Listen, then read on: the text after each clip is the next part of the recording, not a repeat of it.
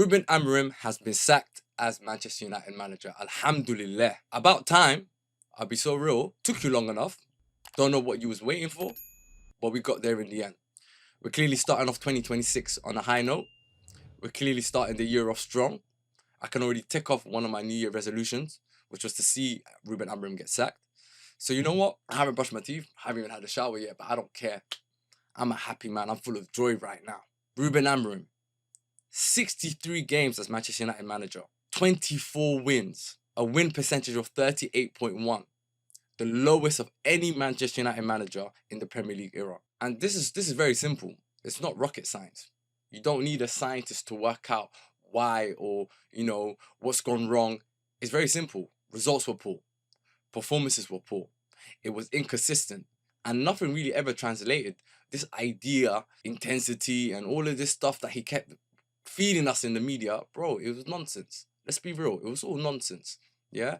Ruben Amorim ultimately was a master manipulator. That's the way I look at it, bro. In the media, when it comes to press conferences and stuff, he had a way of charming people. I'm not gonna lie to you. He's a good speaker. He's a good talker. Has a way of saying things, and he could swindle you. And he done that to a lot of people for a long time. But ultimately, the most important thing that matters is the results, as well as the performances on the pitch.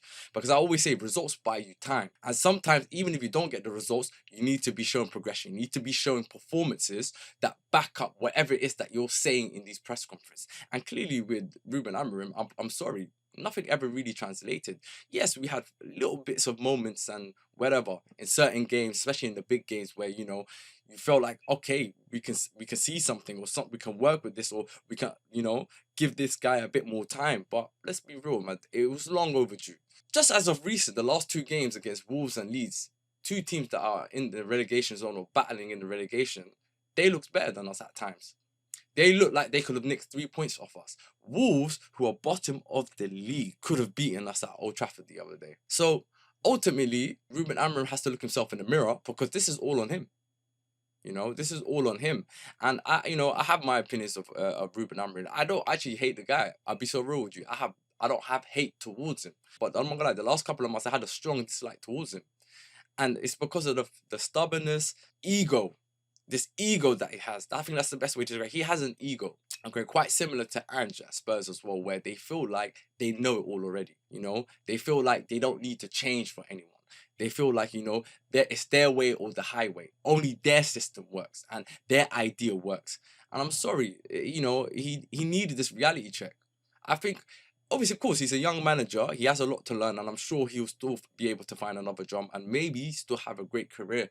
But he needed this humbling. I'm not going to lie to you. He needed this reality check, because he needs to understand this is not the Portuguese league. This is the Premier League, where every single game is a dogfight. Every single game is a tough game. And you need to be able to adapt. You need to be able to change your system, okay, depending on sometimes the opponents, depending on the circumstances, whether it's injuries, whether it's, players unavailable for whatever reason. You need to be able to adapt.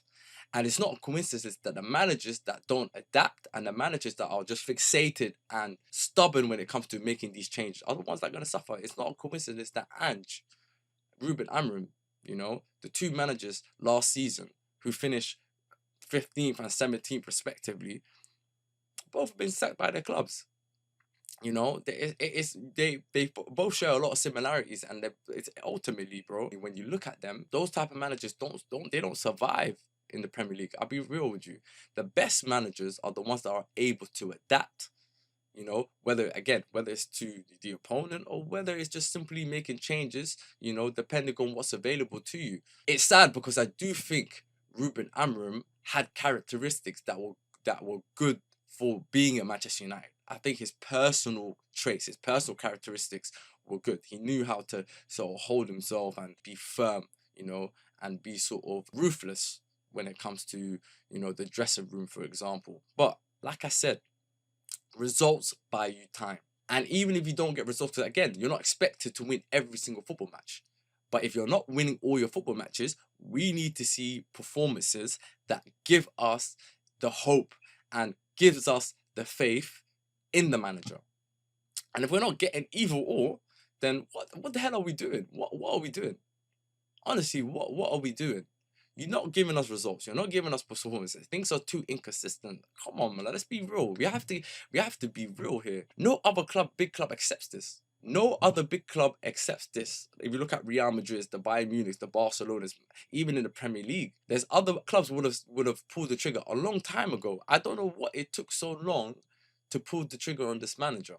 You know, he had been here for a year, for more than a year now, and nothing changed. You know, yes, we had that little purple patch of results, which essentially gave him a bit more time. But then very quickly, he showed, nah, this is who he is. This is who he is. So, you know, I don't feel sad for the manager at all. I think it was deserved. I think he definitely had to be sacked. I think it was long overdue. And it is what it is. We move on. You know, now we're in search for a new manager. But I'll be so real with you. I just want us to go back to basics. I think this football club is dying. And if that means reverting to a back four, then let it be. But we need to keep it simple. And what I mean by simple is just football is a simple sport. I just feel like people overcomplicate it. Coaches overcomplicate it. There's all these philosophies and ideas, but it's Sean Dyche said it best. Just put the ball in the back of the net, you know, and that's something that we've been struggling under Ruben Amorim. Is simply putting the ball in the back of the net, along with chance creation and so many other things. But simple things that we're bypassing our midfield. Teams are over dominating us. We're playing players out of position. We're not creating enough chances. We're not scoring goals. There's too many issues, way too many issues, and honestly, I feel like I've been released from prison now. I feel like a free man. I feel like somebody. I feel like I've got a new lease of life now. I could start this year positive. You know, things will change. I feel like this is a sign that this is going to be a good year. 2026 will be a good year. You know, but I do feel like for the time being, whoever comes in, whether it's a caretaker, manager, whether it's the next manager, they just need to get the basics back. That's all. They need to get the basics back. Okay, and like I said, if that's reverting back to our 4-3-3, you know, and just simply moving the ball and just simply winning football matches. Simple, just winning football matches. I always look at Real Madrid, for example, and I look at the Ancelotti era and I look at Zidane era. I don't think those managers were tactically the best managers. Let's be real. I just think they had a lot of talent and they allowed those talents to thrive in their environment. It's as simple as that. And I think that's what this club needs. And I think that's what this team needs.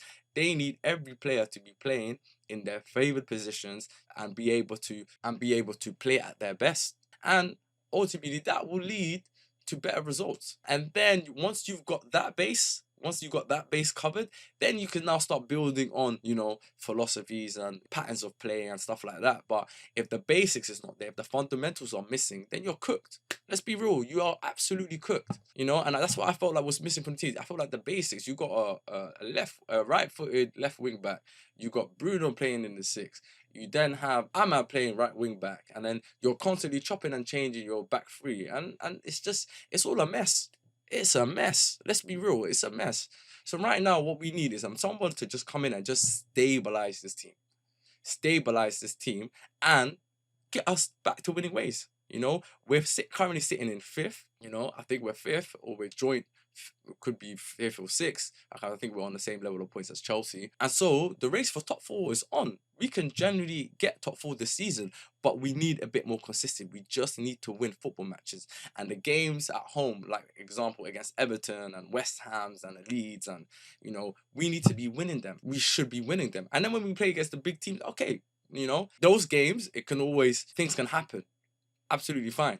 But we need to win the games that we are expected to win, you know, and that's been one of the biggest issues under this manager. I'll be so real. That's been one of the biggest problems under Ruben Amorim. I'm glad, I'm happy, because now we can, you know, salvage our season. We can still, you know, get top four. We could also still in the FA Cup, so there's still an opportunity for us to win a cup.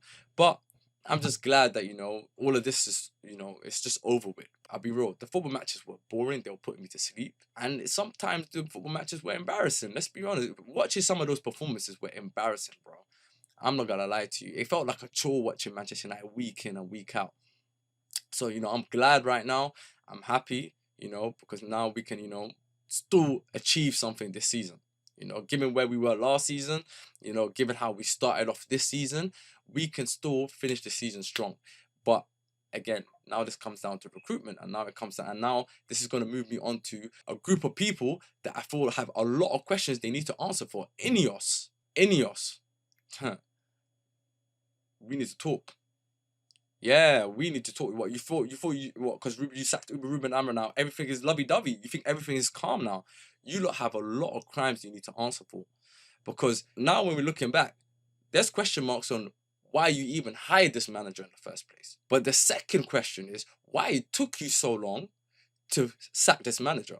Because all the data was there, all the statistics were there, all the performances were there, all the results were there. So again, it now comes down to ego and pride. Is it ego and pride that you didn't want to sack this manager? Yeah. Is it pride and ego that you wanted to stick to your decision and try to prove everyone wrong when it was clearly not working, when it was clearly going down the drain? Because I'll be so real, and I want to know a lot of Manchester United fans' opinion on this. I'll be so real. I don't trust INEOS one bit. I don't trust them to make the right calls anymore. I don't trust, even when it comes to, let's say, picking an interim manager or a caretaker manager, I don't trust them. They've shown incompetency. They've shown that they care more about business than they do than the football. You've made so many cuts. People have lost jobs.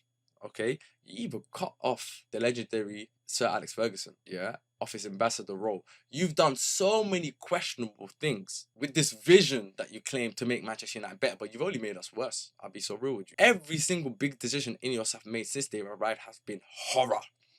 Let's be honest, it's been absolutely horror. Every big decision. Look, if you look back at since they arrived, every call that they've made, every big decision that they made is what's put us in this position right now. You know, these are, for me, these guys are businessmen. You look at every sporting project they've been involved in INEOS, whether it's the racing, Nice, and now Manchester United, it's all failed. These guys aren't sporting people, they're business people. Sir Jim Ratcliffe is a businessman. He claims to be a Manchester United fan. Yes, you're a fan just like me. You know, the only difference is, fortunately for you, you got a lot of money where you're in a position where you can put yourself and make yourself a Manchester United owner. But let's be real, you have no clue what you're doing, brother. No clue what you're doing. And the interviews that you've come out with, where you've spoken at, is actually highlighted that. So INEOS, they're the next people that need to go, for me, anyway.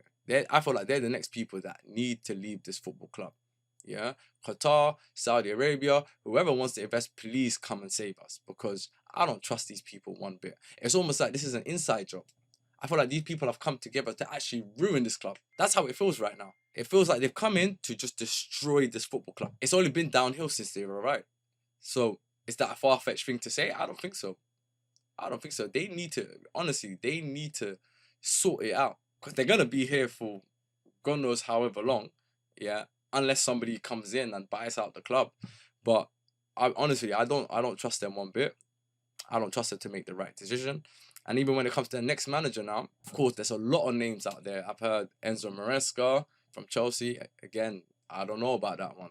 I've heard Xavi. Of course, Glasner's contract is running out. Then there's Areola. I've heard a lot of names. And ultimately, for any of these managers, whoever it is that does come in, yeah, they need to get the basics back. I don't want to hear philosophy this and I just need to see my team winning football matches and dominating football matches, especially at home against lesser teams.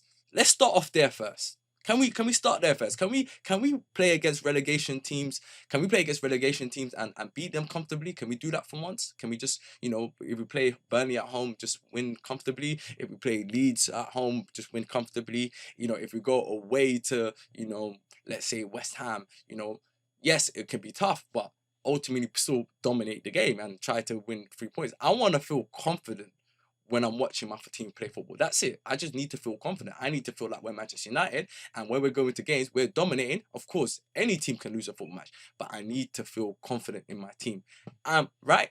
With the Ruben Amorim, every game, I don't know what the hell's going to happen. I don't know what results going to happen. I don't know what performance I'm getting.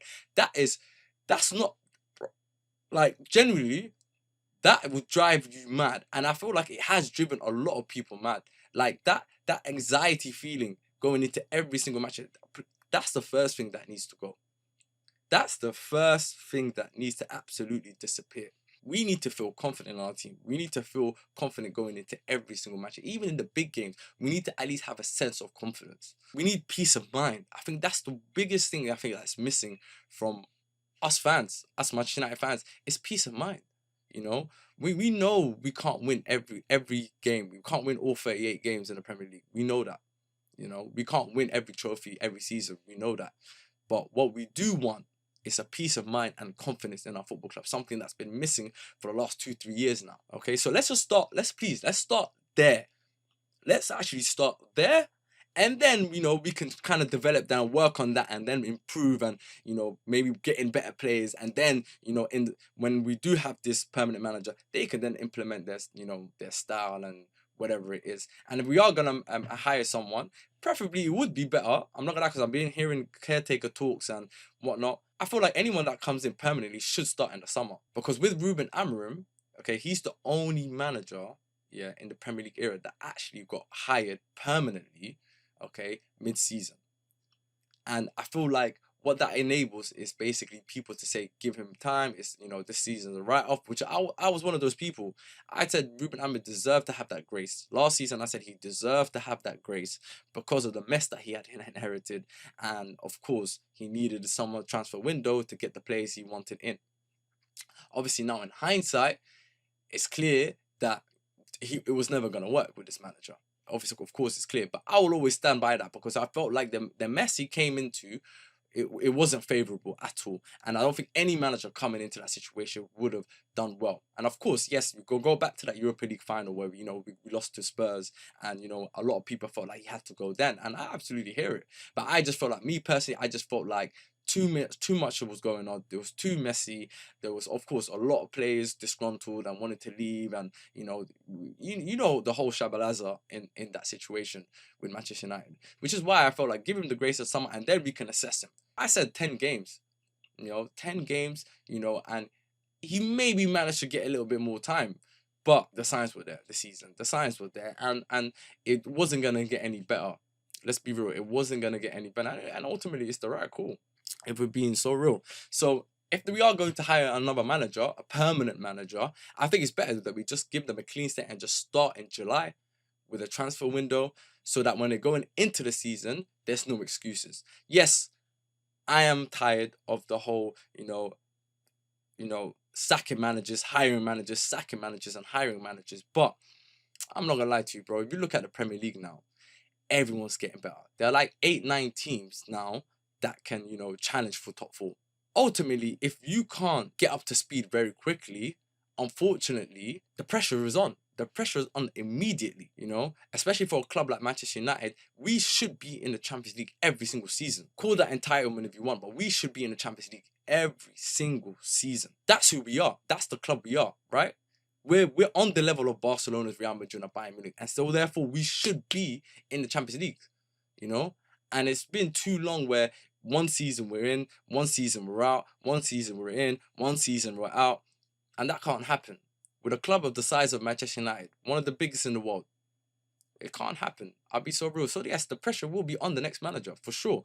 The pressure will be immediate because we expect to be in a respectable position. It's as simple as that. So yes, if I see performances and the performances are promising and I can see a clear, progression and a clear trajectory, and I can see what's going on the pitch, and the football is good and the football is exciting, and we got our joy back, but the results aren't going away. Yes, of course, I'll give that manager a bit more time because I can see there's something going on.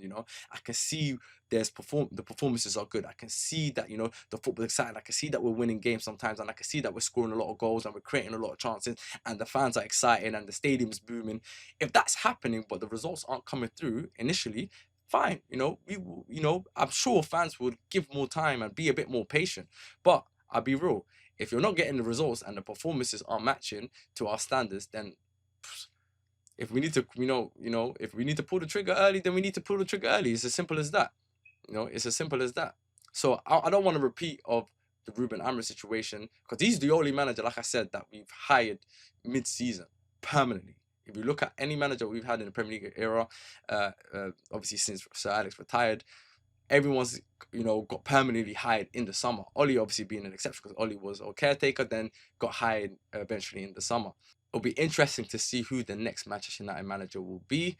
If I had to pick someone right now, I would probably go for Oliver Glasner. I'm not gonna lie to you. That's the guy I'll probably go for, just because I think he's very tactically equipped, and I think he's willing a manager that adapts. I think he's a manager that knows how to get the best out of the players that are available to him. If you look at the work that he's done at Crystal Palace, even with players that have left, so Elise, Eze, for example, he's still, got his team playing good football. And they've shown progression. That club has shown progression, and he's actually stabilized that team. They've won an FA Cup, they've won the cup, they're currently playing in Europe. So I feel like he's the type of manager with more resources available to him, and his talent ID is very good. I think he will improve the club. I can't lie to you. And he's a manager that, if he wants to play back three and back four, he can do. And he's shown against the Klopps, he's shown against Ancelotti, he's shown against Pep Guardiola, he's shown against Arteta, he's shown against top managers that he can hang.